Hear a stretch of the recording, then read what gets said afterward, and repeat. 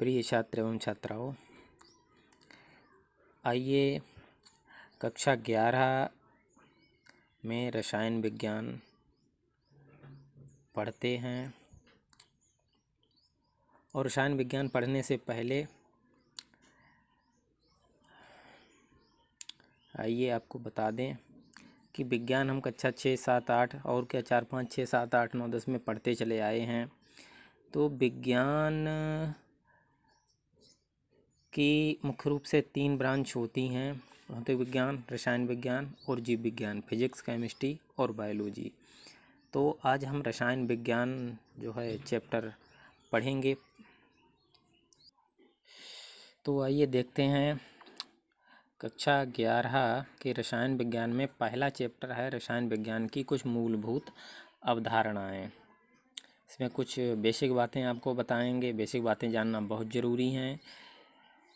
जिस छात्र को बेसिक बातें नहीं मालूम होती हैं वो आगे नहीं पढ़ पाता है। तो पाठ का नाम है रसायन विज्ञान की कुछ मूलभूत अवधारणाएं।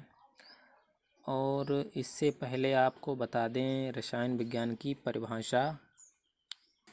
रसायन विज्ञान की परिभाषा इस प्रकार है: विज्ञान की वह शाखा जिसके अंतर्गत पदार्थ के रासायनिक गुणों का अध्ययन किया जाता है रसायन विज्ञान कहलाती है। अब रसायन विज्ञान की कौन कौन सी ब्रांच हैं? तो रसायन विज्ञान की ब्रांच तो बहुत सारी हैं, लेकिन यहाँ पर देखिए ये कुछ इसकी मुख्य ब्रांचेस हैं। पहला है अकार्बनिक रसायन, कार्बनिक रसायन, भौतिक रसायन, विश्लेषिक रसायन और जीव रसायन, औद्योगिक रसायन, कृषि रसायन और औषधीय रसायन। तो अकार्बनिक रसायन में जैविक पदार्थों को छोड़कर अन्य सभी तत्वों तथा उसके यौगिकों का अध्ययन किया जाता है। इसमें इसके अंतर्गत सभी धातु, अधातु, उपधातु जो हैं इनके गुणों का और यौगिकों का निष्कर्षण गुणधर्म जो हैं इनके इस शाखा में अध्ययन किया जाता है इसके अंतर्गत। दूसरी आती है कार्बनिक रसायन। तो कार्बनिक रसायन नाम से ही पता चलता है कार्बनिक का मुख्य जो मतलब है वो कार्बन से है। कार्बन का एक बहुत ही अद्वितीय मुख्य गुण है कि यह कैटाइनेशन प्रॉपर्टी इसकी बहुत ज़्यादा होती है। श्रृंखलित होने का इसमें गुण बहुत ज़्यादा पाया जाता है और इसी कारण से इसके जो यौगिक हैं वो पृथ्वी पर सबसे अधिक संख्या में पाए जाते हैं। तो इसके अंतर्गत कार्बनिक यौगिकों का अध्ययन किया जाता है और ये चाहे वो एलिफेटिक हाइड्रोकार्बन हो था और बेंजीन है, एरोमेटिक हाइड्रोकार्बन, कार्बोहाइड्रेट, प्रोटीन, वसा और विटामिन, बहुलक वगैरह जो है ये सब इसी के कार्बनिक रसायन के अंतर्गत आते हैं। फिर आता है अगला भौतिक रसायन। तो भौतिक रसायन ये रसायन विज्ञान की वह शाखा है जिसके अंतर्गत रासायनिक प्रक्रियाओं, रासायनिक अभिक्रियाओं के विभिन्न नियमों, अवधारणाओं, सिद्धांतों का तर्क देकर स्पष्टीकरण किया जाता है। और इसी के अंतर्गत भौतिक रासायनिक क्रियाओं में जो एनर्जी का आदान प्रदान होता है, एनर्जी रिलीज होती है या एनर्जी गेन होती है किसी रिएक्शन में, तो वो भी इसी के अंतर्गत भौतिक रसायन के अंतर्गत भी उन रिएक्शंस का अध्ययन किया जाता है। अगली आती है विश्लेषिक रसायन। तो इसके अंतर्गत ठोस, द्रव तथा गैसीय पदार्थों का गुणात्मक तथा मात्रात्मक विश्लेषण किया जाता है। अगली आती है जीव रसायन। जीव रसायन में जीवधारियों के शरीर में होने वाली रासायनिक अभिक्रियाओं का अध्ययन किया जाता है।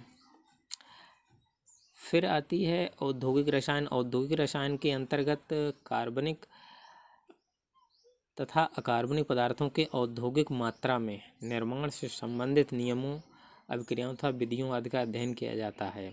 कार्बनिक तथा अकार्बनिक पदार्थों के औद्योगिक मात्रा में, औद्योगिक इंडस्ट्री, फैक्ट्री में जो चीज़ें बनती हैं तो कितनी मात्रा में क्या चीज़ बनेगी, कैसे क्या और किस रूप में बनेगी, वो इसमें अध्ययन किया जाता है। फिर आता है कृषि रसायन। तो कृषि रसायन में खेती में लगने वाली दवाएं हैं और फसल को बढ़ावा देने वाली, ज़्यादा पैदावार लेने वाले जो पदार्थ हैं वो सब कृषि में रसायन के अंतर्गत ही आते हैं। फिर औषधीय रसायन, रसायन के अंतर्गत बीमारियों की रोकथाम, इलाज के द्वारा जो है, जो हम औषधियाँ वगैरह मेडिसिन यूज करते हैं वो सब रसायन ही है। तो रसायन विज्ञान से कोई भी क्षेत्र अछूता नहीं है, हर जगह रसायन विज्ञान है। चाहे हम कोई कपड़ा पहने हैं वो भी रसायन विज्ञान की देन है, खा रहे हैं वो भी रसायन विज्ञान की देन है, बीमार को ठीक कर रहे हैं वो भी रसायन विज्ञान की देन है। तो ये सब जो हैं रसायन विज्ञान की ही देने हैं। देखिए अब हम पढ़ते हैं सार्थक अंक, सिग्निफिकेंट फिगर्स। तो परिभाषा देख लेते हैं। मापी गई भौतिक राशि में अंकों की कुल संख्या को सार्थक अंक कहते हैं। अब यहाँ आप हर एग्जाम्पल देख सकते हैं 144, तो इसमें 1 2 3 ये तीनों ही अंक जो हैं वो सार्थक हैं, 3 अंक सार्थक अंक हैं।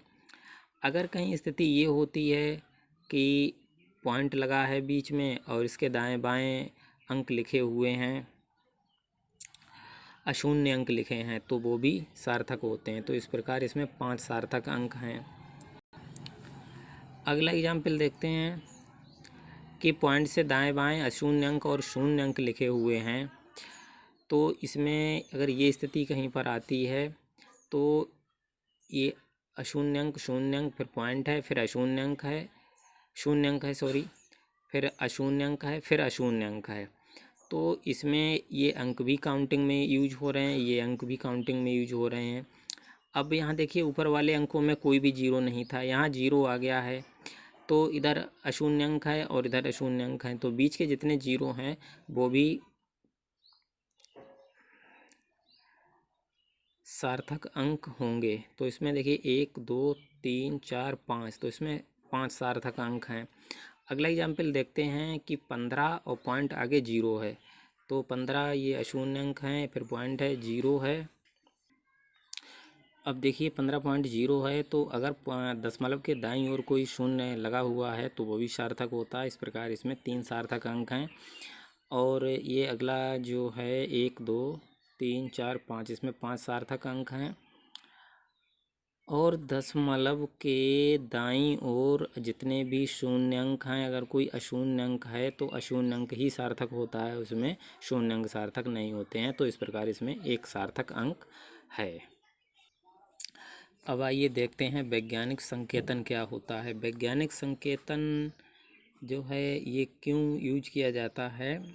जब संख्याएं बहुत बड़ी होती हैं, लंबी होती हैं, तो उनको छोटे आकार में लिखने के लिए इसका प्रयोग किया जाता है। अब आप संख्या देख रहे होंगे 18 और 0 0 0 0 0 0, तो इसे अगर हम वैज्ञानिक संकेतन में लिखें यानी 10 की घात में लिखेंगे तो क्या करें, तो इसमें हम क्या करेंगे अब देखिए ये संख्या क्योंकि पूरी कंप्लीट है, कहीं पर भी पॉइंट में नहीं है, तो इसमें हम पॉइंट इधर से लेकर चलेंगे बाईं तरफ को। तो यहाँ से लेकर चलेंगे, 1 अंक अंदर आए, 2 अंक, 3 अंक, 4 अंक, 5 अंक, 6 अंक और ये 7 अंक, तो पॉइंट यहाँ पर आ जाएगा। पॉइंट जब यहाँ पर आ जाएगा तो इसे हम क्या लिख सकते हैं, 1.8 और गुणे 10 की पावर, कितने अंक अंदर गए हम, 1 2 3 4 5 6 7, तो 10 की घात हम इसको 7 लिख सकते हैं। और जब पॉइंट चलते हैं तो 1 अंक जो अशून्य अंक होता है उसके 1 अंक हम अंदर रखते हैं पॉइंट को। अब यहाँ पर अगर हमें संख्या देखनी है तो 1.8, ये 8 तो है ही है, एक इसके बाद जो है 6 शून्य और होंगे, इसका ये मतलब है। अब अगली संख्या आप देख रहे हैं, अगली संख्या, अब देखिए अगली संख्या को, यहाँ पर पॉइंट यहाँ पर है तो अशून्य अंक यहाँ है, अब पॉइंट यहाँ से यहाँ लेकर आए थे तो 1 2 3 4, 4 अंक अंदर ले जाएंगे, तो इसे क्या लिखेंगे 8.4 और कितने अंक अंदर गए हम शून्य के, 1 2 3 4, 8.4 और अंक कितने अंदर आए 4, तो गुणे 10 की पावर माइनस 1 2 3 4 -4। जब पॉइंट लेफ्ट साइड में बढ़ता है तब प्लस में घात बढ़ती है, जब पॉइंट राइट साइड की तरफ बढ़ता है तो माइनस में घात बढ़ती है। इसी प्रकार अगला देख लेते हैं। इसमें यहाँ पर 1 2 अंक पॉइंट अंदर आएगा तो इसे क्या लिखेंगे हम, 9.1 और 1 2, क्योंकि 2 अंक अंदर लेके आए तो गुणे 10 की पावर -2, क्योंकि अब इधर राइट हैंड की तरफ लेकर आए तो इसे -2 लिखेंगे। तो ये वैज्ञानिक संकेतन है।